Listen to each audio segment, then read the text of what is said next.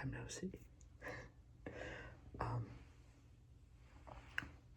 Today, I wanted to make a little 2024 reading wrap-up video, and then, depending on how long that takes, I may also make this like a 2025 goals, hopes for my reading and stuff. So I have my laptop. I have my laptop here today because I also have a stack of books, but a lot of the books that I read I don't actually own, or I don't have them. So there are some that I do own that I don't have because I lent them out to friends. There are some that I read through the library, so I just had to return them. Some were audiobooks, whatever. So I have my story graph open here to go through all of the books. And I also think I gave each of these a star review this year.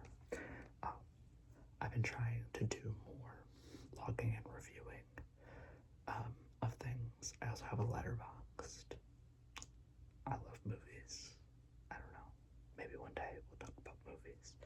But today we're talking about books and all of the books that I read in 2024.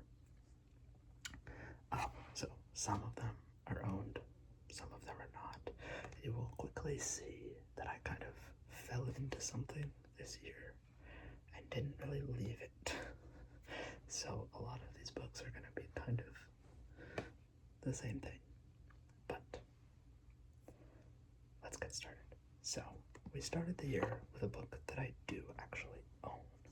And it's down at the bottom of this pile. I probably should have done this pile in reverse, but that's okay. It is this book called Touching and Imagining, an Introduction to Tactile Art by Jan Svankmajer. There's a strong possibility I'm not pronouncing that name correctly. It's a Czech name, and I don't speak Czech.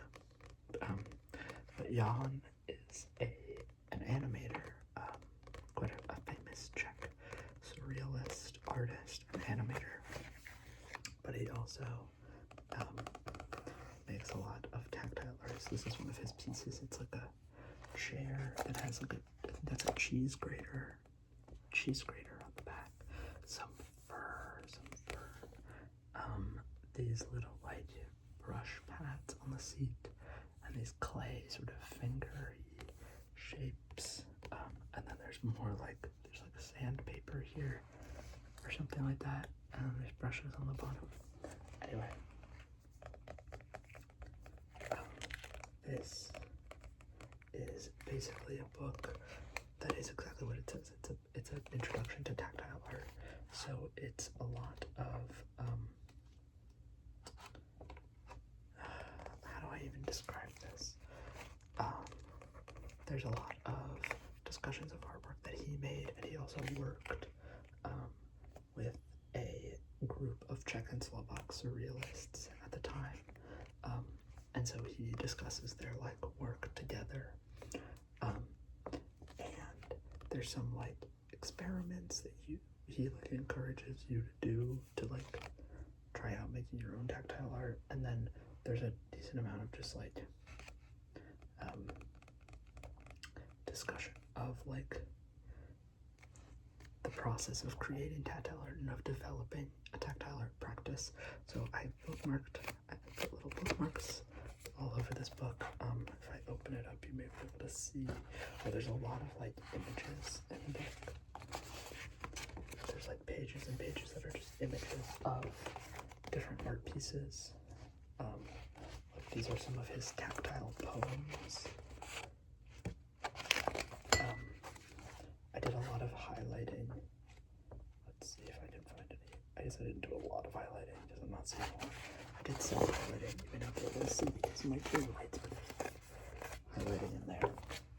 This is definitely a book I want to revisit. I feel like I've gotten a little too far away from it to do it much justice in sort of talking about it, but I really enjoyed it. It was super, super interesting as like an art historical text and as a text for somebody who's interested in tactile art.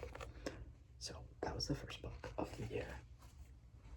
The second book of the year I don't have, so I will tell you what it is. It was How Can I Help You? Oh, I gave Touching and Imagining 4 stars on Storygraph. I actually think I reviewed it.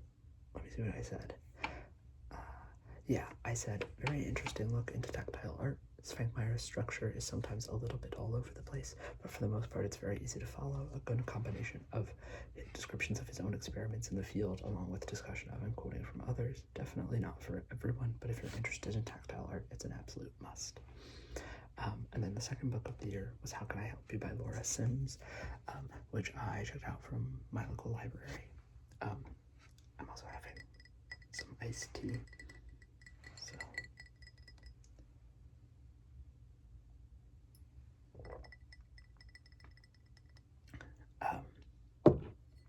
So I checked this book out from my local library. It is about a librarian and a woman who is pretending to be a librarian, and the sort of like strange relationship that they form together. I rated this 2.75 stars. And I said the concept of this story is really great. I only wish it had been in the hands of a more interesting writer. The prose was pretty flat, and the most interesting moments felt kind of glossed over or not fully explored. Yeah, I had pretty bad luck with interesting concepts this year that I felt like were not executed to their fullest. So anyway, I thought that book was mid. I checked it out from the library, so I just checked it back in, hence I don't have it. Then we have my first audiobook of the year, the third book that I read.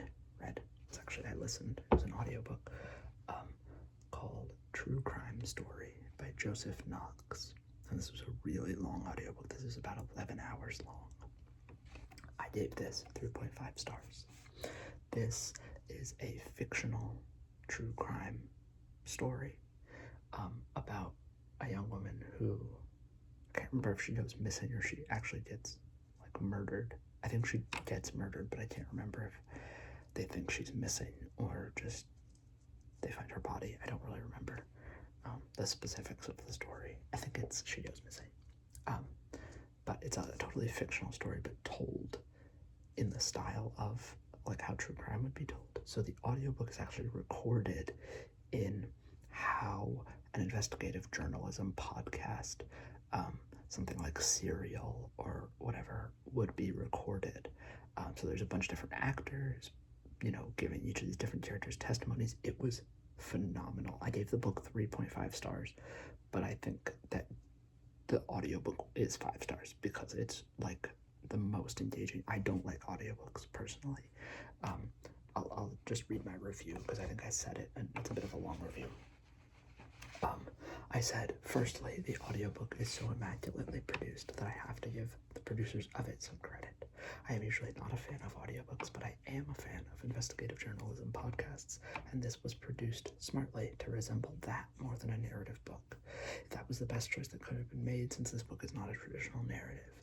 I found the characters deeply compelling, whether I liked or hated them, whether I agreed with them or not. Kim especially, this character Kim, I found my heart breaking for her constantly, and found myself genuinely angered by the way almost everyone spoke about her and her actions. The story that gets pieced through together by the interviews is definitely interesting. It's kind of typical pretty girl goes missing, they find out she's been keeping secrets, etc., etc. And I've seen it done better before, but I've also seen it done much worse before. I found the ending quite disappointing. Without discussing it in full, it was tropey in a shitty way. It didn't feel very narratively satisfying. I was waiting for the Evelyn and Joseph stuff to go a little deeper, but it's kind of just there for flavor, which I guess is fine. Ultimately, this took me through a week of working outside in the freezing cold. I saved listening to the book only for when I was working, and it brightened my cold days and gave me something to look forward to. Points for that. So yeah, I was trying to get into audiobooks at the beginning of 2024. I had started a job where I worked full-time outside, and like by myself. I was a dog walker, and so I was trying to get into audiobooks to like give me something to do, and I started with this one, which was really great, and then the next book that I read was also an audiobook where I was trying again, and unfortunately I could not recreate the success. So the fourth book of the year was My Sister the Serial Killer by Oyin Khan Braithwaite. I hope I'm saying her name right. I believe it's Oyin Khan Braithwaite. I gave this book 3 stars. The audiobook was fine. It was a pretty standard thing. I said, quick listen, enjoyable enough. The prose wasn't life-changing, but I did like the structure of coming in sort of in media res and building out both the events there in the now and the events of the past in not a one-to-one back and forth, but where and how it made sense. An interesting and compelling sister relationship.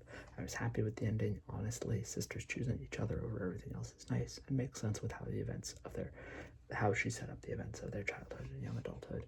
It was fine. It was a perfectly fine book, but it was definitely hard for me to finish with the audiobook. Like, I was not a big fan of the audiobook. So that was the last audiobook of the year. Actually, that's not true. I'm completely lying to you. I just remember there's one more audiobook much, much later in the year.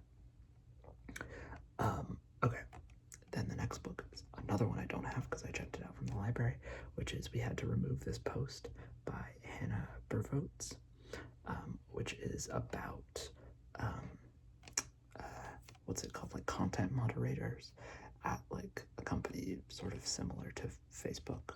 I think this sort of came out right after that big article had come out about Facebook content moderators and the stuff that they have to like sort through. And since this is kind of like a character study of somebody who might have that profession, I gave this 3.5 stars, and my review says, I definitely thought that this was going to be much darker, but its grounding in reality was compelling in a different way. Bervoets lists documentaries and articles about content moderators at the end of the book, and it's clear to me she developed her narrative straight from these sources. It's an interesting character study, and this twist towards a dissociative, unreliable narrator is a great way to end. Everyone who works for Hexa is clearly affected by what they see and do all day, and Bervoets displays a wide range of responses to that trauma through her characters, all of which I'm sure are reflective of reality. It felt like a very grounded character study, and I liked it. Then I read another library book, Bathhouse, spelled Haus, by P.J. Vernon, which is about, it's like a queer erotic thriller, sort of about like stalking, and it takes a lot of twists and turns. I enjoyed it a lot. I gave it 3.75 stars. I did not write a review for it, so I don't really remember much of what I would have said about it, but I really enjoyed reading it. It was like a super quick read for me, even though it's relatively long at 310 pages. It was a super quick read, and a lot of fun to just like move through like that. Then I read another library book. We're in my library era here, clearly. I read another library book, Snuff by Chuck Palahniuk, which is something I don't know if I can really describe. It's about the filming of a very intense pornographic film, is what I'll say, I guess. I gave it 4 stars. I thought it was super interesting. Definitely not for everyone, but I enjoyed it. Then we read probably one of my favorite books of the year, if I had to pick, also from the library, but I will be buying a copy of this. I finally read The Left Hand of Darkness by Ursula K. Le Guin. I gave this 5 stars. This is a fucking perfect book. Truly, did I review it? I don't think I did, but this book is perfect. I moved through it so quick, and I was so sad when it was over. It is about a representative of a, like, it's a sci-fi book, so there's like a interplanetary not government, I guess sort of government, but like intergalactic alliance almost. I forget the name that they call themselves. He's a representative from that, and he is tasked with getting this other planet to join the intergalactic alliance. So he kind of has to go there, sort of like acquaint himself with their customs, and also like help to sort of persuade them to join up with this alliance. And it's about that process and sort of the like political strife that's going on in the area at the time, or in the planet at the time that he ends up doing this.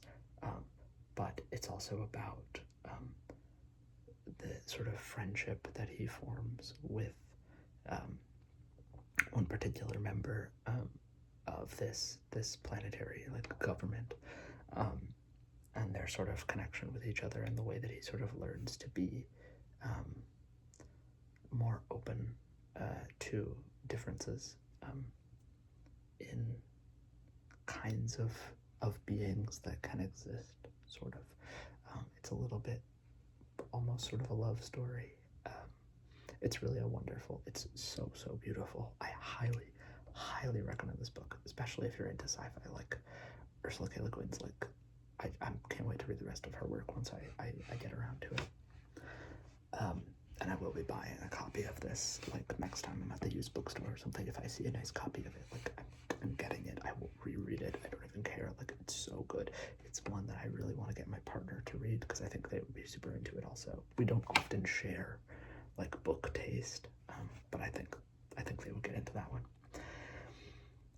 And then I read another book that I kind of want to buy, but I had checked out from the library, which as you know means Violence on Self-Injury as Art and Entertainment.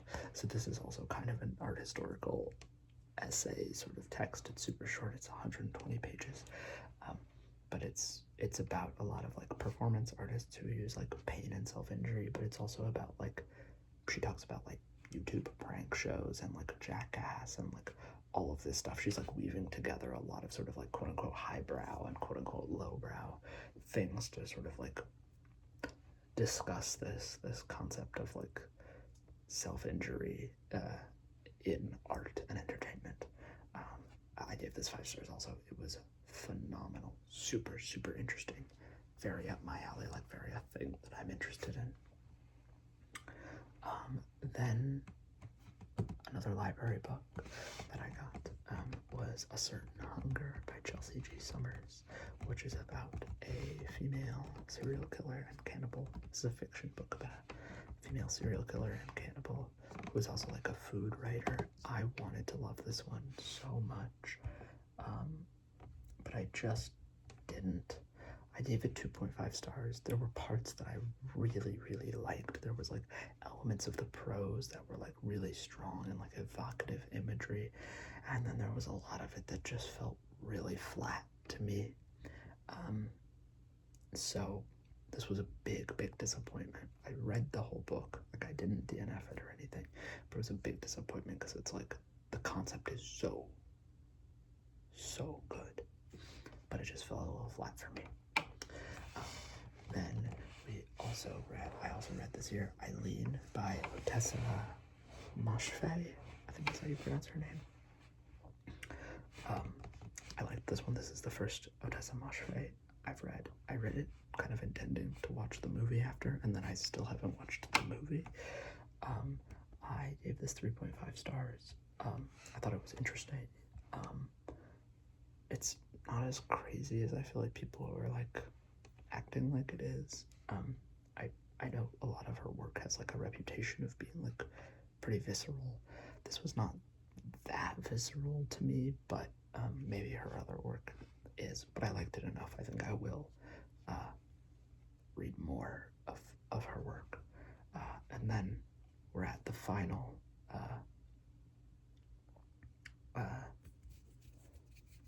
what's it called? Final audiobook of the year, actually, was that I audiobooked Interview with the Vampire. So we have now entered the vampire zone. Get ready, guys, because the rest of this is vampires. The rest of this is vampires almost exclusively. So in July, yeah, I audiobooked Interview with the Vampire, which is a book I had read in part before, but had not ever finished. So I audiobooked in the last month that I was working outside, working as a dog walker. And it's a really long book. It's a 14-hour audiobook. I gave this book 4 stars. I ended up really liking it. Then the next book that I read is The Vampire Lestat, which is the second book in the Vampire Chronicles. I gave this one 5 stars. I loved this book. It's currently on loan to my friend, so I don't have a copy of it, but I do own it. But my friend is borrowing it to read it, so I don't have it with me. I don't have it with me here. I'm trying to see if I reviewed this. I did not. I really enjoyed this book. It's a lot of fun. And then I also don't own this book. This is the last book that or not the last library book, but the last of the Vampire Chronicles books that I took out from the library was Queen of the Damned. I took this one out from the library. Really kind of wish that I hadn't, because I think it's my favorite of the Vampire Chronicles so far, and so I really want to own a copy of it, and I don't. I give this one 5 stars also. This book is so much fun. I have a friend who hasn't read any of the other Vampire Chronicles books, who's only read Queen of the Damned, which is maybe kind of insane. But she asked me, she was like, do you think I could? And I was like, honestly, out of context, you probably could. She's watched the TV show and stuff, so she has some context. And I was like, no, you probably could. It's kind of weird and out of place. I adored it. It was so much fun for me. Then I went back in time a little bit, and I reread a book that I read obsessively when I was a child.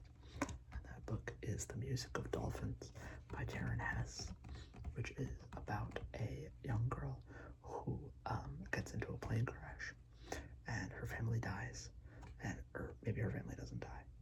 Her dad doesn't die, I don't think. Or maybe he does, I don't know. I don't really remember. Her family dies, I'm pretty sure. And she is adopted by a school of dolphins. And so she is raised by dolphins until she's 13. And then she's sort of found by scientists and taken in. And they try to help her learn how to become a person. They're studying and trying to help feral children, sort of. And it's told from her perspective as she's able to write. So when she's learning how to write, it's told from her typing, learning how to type on a computer and stuff, and learning how to write her own narrative. And so it's you watch as her language goes from extremely simple to slightly more complex. And then there's also these not dream sequences, I guess they are dream sequences, where it's actually in her memories. It's not being written by her, it's all in italics, and it's much more poetic and beautiful, and it's about her thoughts, sort of about being with her dolphin family and what it was like to do that. It is a book that I cry every single time I read it, and I cried so much reading it as a full-grown man. I cried reading this book for 10-year-old girls. But it's absolutely incredible. I would highly recommend it. It's super short and a very quick and easy read. You should definitely check it out. Music of Dolphins. I gave it 5 stars. Okay, now we're back to books that I actually have here. The next book that I read was Tale of the Body Thief. Tale of the Body Thief by Anne Rice. So this is book number 4 in the Vampire Chronicles. I loved this book. I loved this book. This book was so much fun. Oh my god. It's super weird and kind of what? Why are we doing this? But in a way that's just so much fun. And I just love this Mass Marker paperback of it so much. Look at this beautiful little painting. Wait. Isn't that so so pretty. The little window. Oh, it's gorgeous. I had such a great time with this book. I think I gave this 5 stars also. I don't know. Don't hold me to ratings or whatever. I don't take it super seriously. I just kind of am having a good time reading my books. This was about Lestat swapping bodies with a man named Raglan James. And Raglan James kind of steals his body, hence body thief. And then it's kind of just like a trying to get my body back story. It's a lot of fun. Then we have by far like one of the lowest points, if not the lowest point so far in this book series, which is Memnoch the Devil by Anne Rice. I gave this book 2.5 stars, and I honestly think that might be too high. I hate this book. I like the cover a lot. It's super pretty. There's really pretty painting and this like gilding and stuff. This is mostly weird Christian mythology. And it's just super fucking boring. It's just super boring. So, did not have fun with this very thick book. But I made it through because I'm determined to read all of the Vampire Chronicles.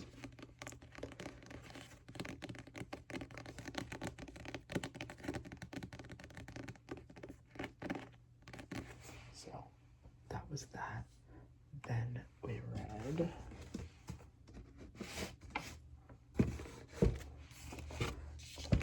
The Vampire Armand by Anne Rice. This is the story of the Vampire Armand and his upbringing, his adolescence in Venice, and his turning, and a little bit about his time in Paris, and that's just sort of filling in gaps a little bit of what he was up to in between all of the times that he's been sort of mentioned in the other books. Armand's one of my favorite characters, ever. I love him so much. So this was fun for that reason, but honestly, it's kind of mid in the actual ranking of Vampire Chronicles books. It makes me really upset though. It's a really upsetting book. It's the only one that I have that's hardcover.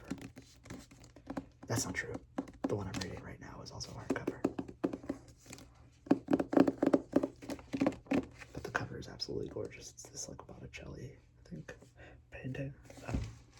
It's really beautiful. So that's that.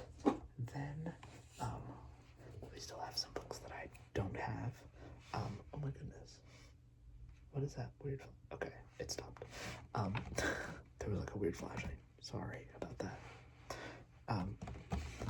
I read from the library a book I used to own, but I got rid of, and then I think when I moved, maybe I just was trying to get rid of books, and I didn't think I would reread this, and then I did. It's Exquisite Corpse by Poppy Z. Braid, which is a book I really enjoy. It's not for everyone. Please be careful when you try to read. I would not. I don't think I'd recommend it to anybody, truthfully. But I really enjoy Poppy Z. Braid's writing style. I don't think he goes by that name anymore, but it's what he goes by professionally, I think, the author. So read that book. Then I finally was able to get the Book of Bill from the library, the Gravity Falls book. I had so much fun with this book. Oh my god, if you liked Gravity Falls, read this book. It's so much fun. So I had a really great time with that. Again, check that out from the library. So then we also read Merrick by Anne Rice, which is the sixth or seventh book? Seventh book in the Vampire Chronicles one's okay. I don't love it. It's not as bad as Memnock, but it's not great. It's pretty bad though.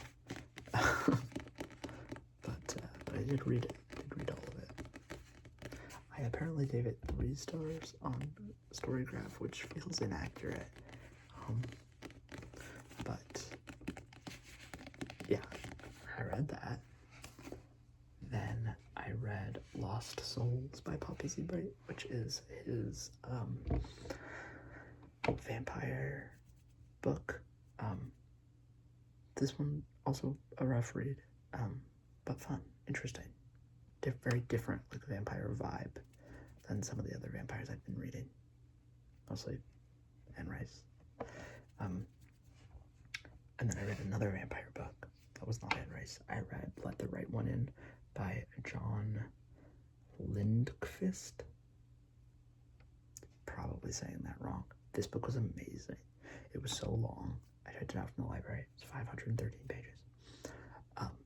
But I had watched the movie, and I thought the movie was, like, good, like, okay. And then a friend of mine watched the movie, and he was like, I can't even, like, on Letterboxd, he was like, I can't even review this properly because, like, it's just not a good interpretation of the book, which I have read and really loved. And I was like, whoa, that's such a, like, strong statement. So I went to the library, and I was like, maybe I should check this out. And he's right. Like, the book is so fucking good. The book is so good. Definitely read the book. Honestly, probably watch the movie first just so that you can, like, enjoy the movie without it being ruined by, like, it's not a very good interpretation of this book, which is so good. So highly, highly recommend this. And then the last book that I read in 2024 was Blood and Gold by Anne Rice. A book that is very thick, so it took me well over a month to read this, probably multiple months. No, it was just over a month, it looks like. According to Storygraph, it was just over a month.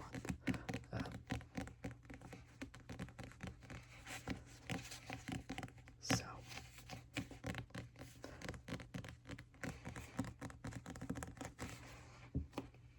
that was my 2024 reading wrap up. That's 24 books in 2024. That wasn't intentional. My goal was 25 actually, but I didn't get there. So this video is a little bit long now, so I think I will save my, like, 2025 reading goals and hopefuls for another video. So until then, see you later.